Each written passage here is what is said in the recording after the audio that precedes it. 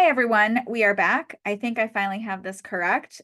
Talking about the PPRP, Pre-Hospital Pediatric Readiness Project, with Dr. Owusu-Ansah and Chief Pinchalk.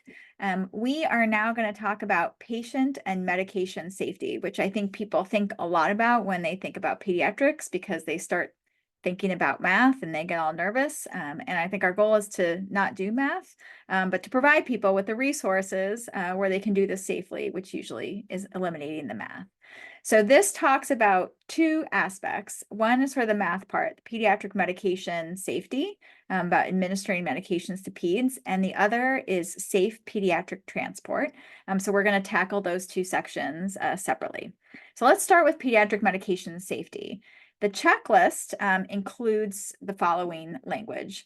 The utilization of tools to reduce pediatric medication dosing and administration errors, such as, but not limited to, length-based tape or a volumetric dosing guide.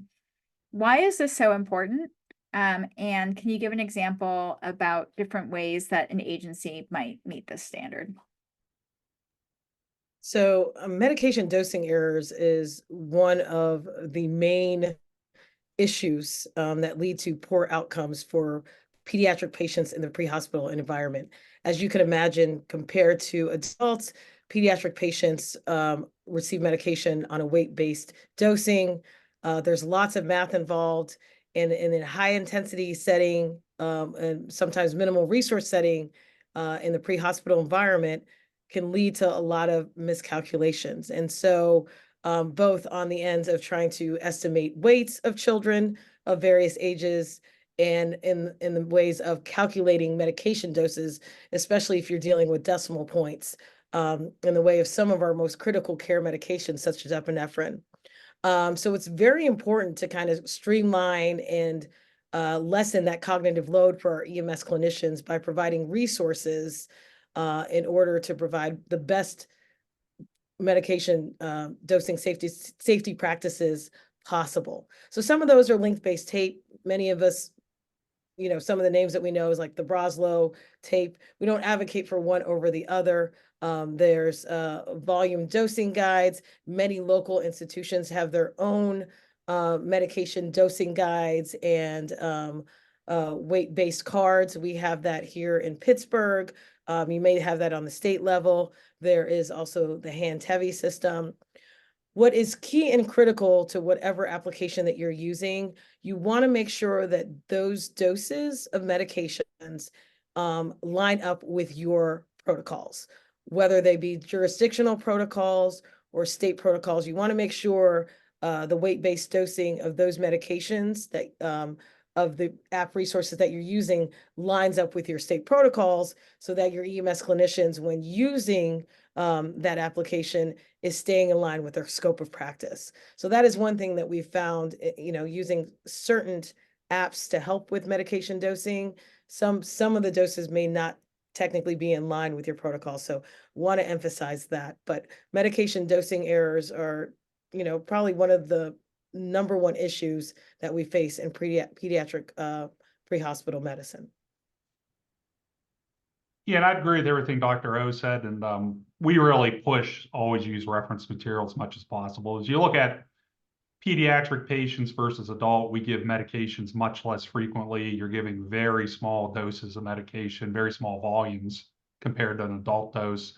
And there's some medicines we rarely give to children. So children, hey, we give a lot of dextrose, we give a lot of benzos for seizures. But if you have a kid with an arrhythmia, which is rare, it's hard to come up with that right volume of amiodarone to give, for example, or something like that. So that's the benefit of these reference materials that will give you a volume of medications. You're not trying to do all the math in kind of a stressful situation. And I'll give an example. We recently, we track our pediatric medication error rates in our region. And prior to implementation of an app, we were correct on our dosing of midazolam 60% of the time, which is actually in line with previous studies that were done.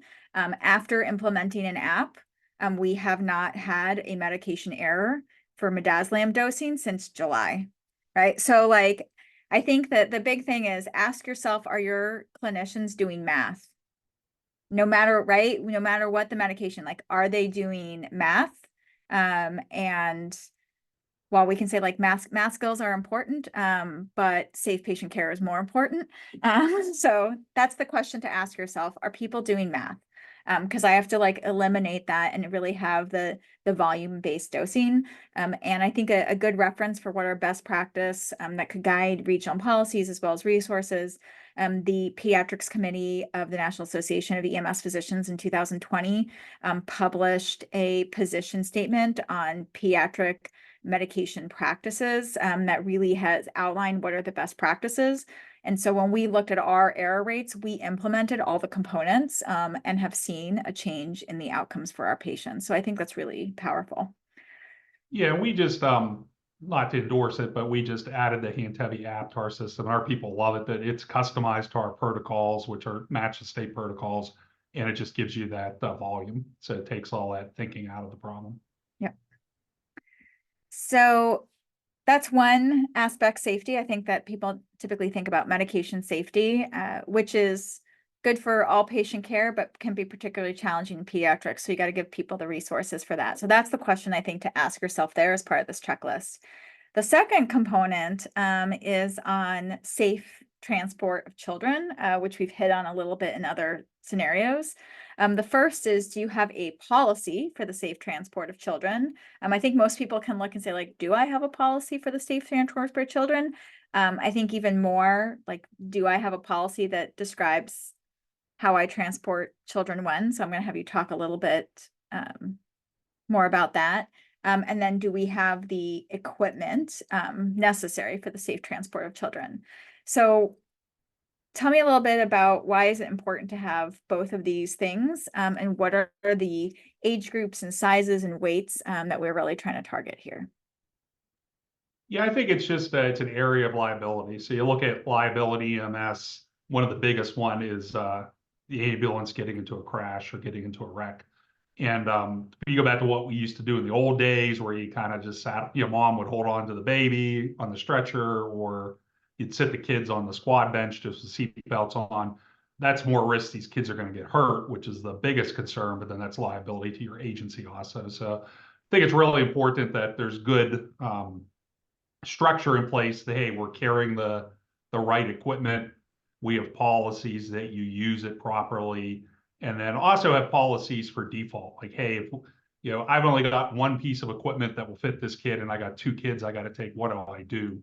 And we always emphasize to our people is if we're getting outside of our policy, just mimics the state protocol on this. But if you're in a situation where you can't do the best practice, get some help involved. Call the on-duty field supervisor, call a physician, say, here's what we got, and let them help you work and troubleshoot. So we're still staying within best practices and keeping everybody safe. No, agreed. It's 100% about safety. The beauty about safe transport is there's some very common sense things in the national guidelines. So the latest national guidelines were from 2012. You can find that information within the Prehospital Pediatric Readiness Toolkit. That guideline is there. As Chief Pinchalk alluded to, there are 5 types of pediatric patients that NHTSA looks at and is regulated by the state when we talk about transporting pediatric patients. The first is a pediatric patient that is not critically ill or injured or is not ill at all, but is not basically deemed a patient, but is with a patient.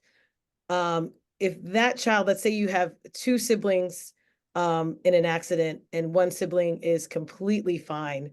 It's rarely the case, but let's just say that the one sibling is completely fine, not ill, not noted to be injured, but the other patient is. The non-injured child should not be transported with the injured child, should find a means to have proper restraint practices in another vehicle to transport the non-injured child. So that's usually standard number 1. Standard number 2 is that you have a critically ill and injured child, but that child does not need to be monitored frequently.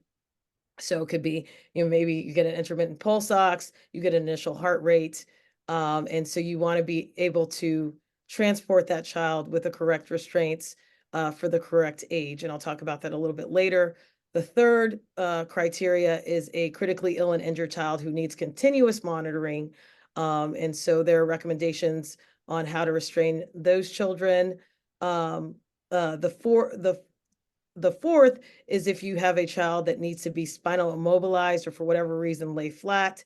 So there are recommendations upon that. And the fifth is if you have multiple patients, let's say a mother and a newborn, or let's say a school bus accident, and you have to transport multiple children, there are recommendations based on that. That is again through the NHTSA guidelines of pediatric safe transport from 2012.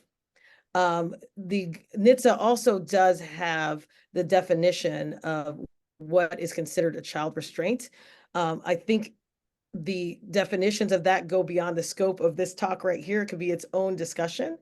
But for the nerds out there, it's the Federal Motor Vehicle Safety Standard number 213.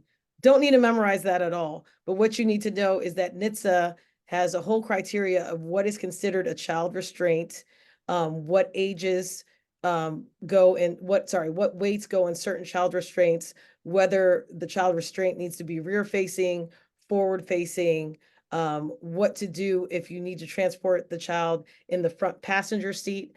For example, if you need to do that, you'll need to deploy the airbags in that case.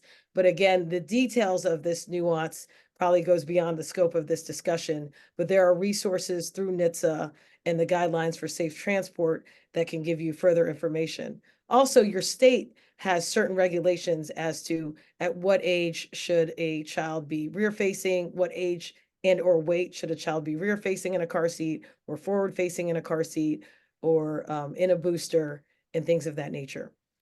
We do recommend, to the best of most people's ability, to use 5-point restraints whenever possible. We found that this, from an evidence-based standpoint, works best for safety. And the common sense part that I was alluding to is if you're in the back of a unit, you want to make sure that your passengers are restrained as well as your equipment. And so that's some of the criteria that you'll see in the safe transport language of making sure basically everything is strapped down in the back of your unit. To Chief Pinchalk's point, in the case of an accident or any incident, nobody gets any additional injury. When we talk about mother and newborn, the recommendation is to transport them separately for the safety of both patients. Although there are some devices that allow for together transport, but you need to have that device.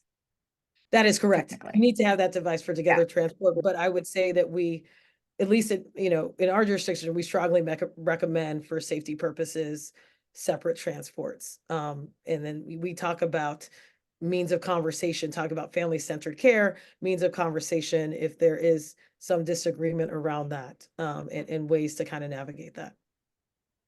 Yeah, we've kind of built that recommendation into our dispatch plan. If there's a potential delivery or, a reported actual delivery, that automatically gets 2 medic units for extra hands in case someone needs resuscitation, but also we have 1 unit for mom and 1 unit for baby. And that's kind of our approach. As long as we can make that work and the parents don't refuse to go that way. So in summary, the section on patient and medication safety covered 2 components. When it comes to medication safety, actually you're asking am I providing people with resources to cognitively offload math in the context of safe pediatric dosing, and for resources about what your policies and what some of those components should be. We will link you to the NMSP position statement on safe pediatric dosing. When it comes to safe transport, the first is that you need to have a policy, and that policy should be more than you need to use a pediatric restraint device, but should incorporate some guidance about what type of devices you use when, right? Like if you have a baby who was just seizing, you probably don't put them in the car seat. You should have the correct restraint device that would allow you to both safely transport that patient and manage their airway, just like you would provide care for an adult, right? So do you have devices for, newborns all the way up through when they would qualify to be on an adult restraint device? And do people know how to use those and when to use them?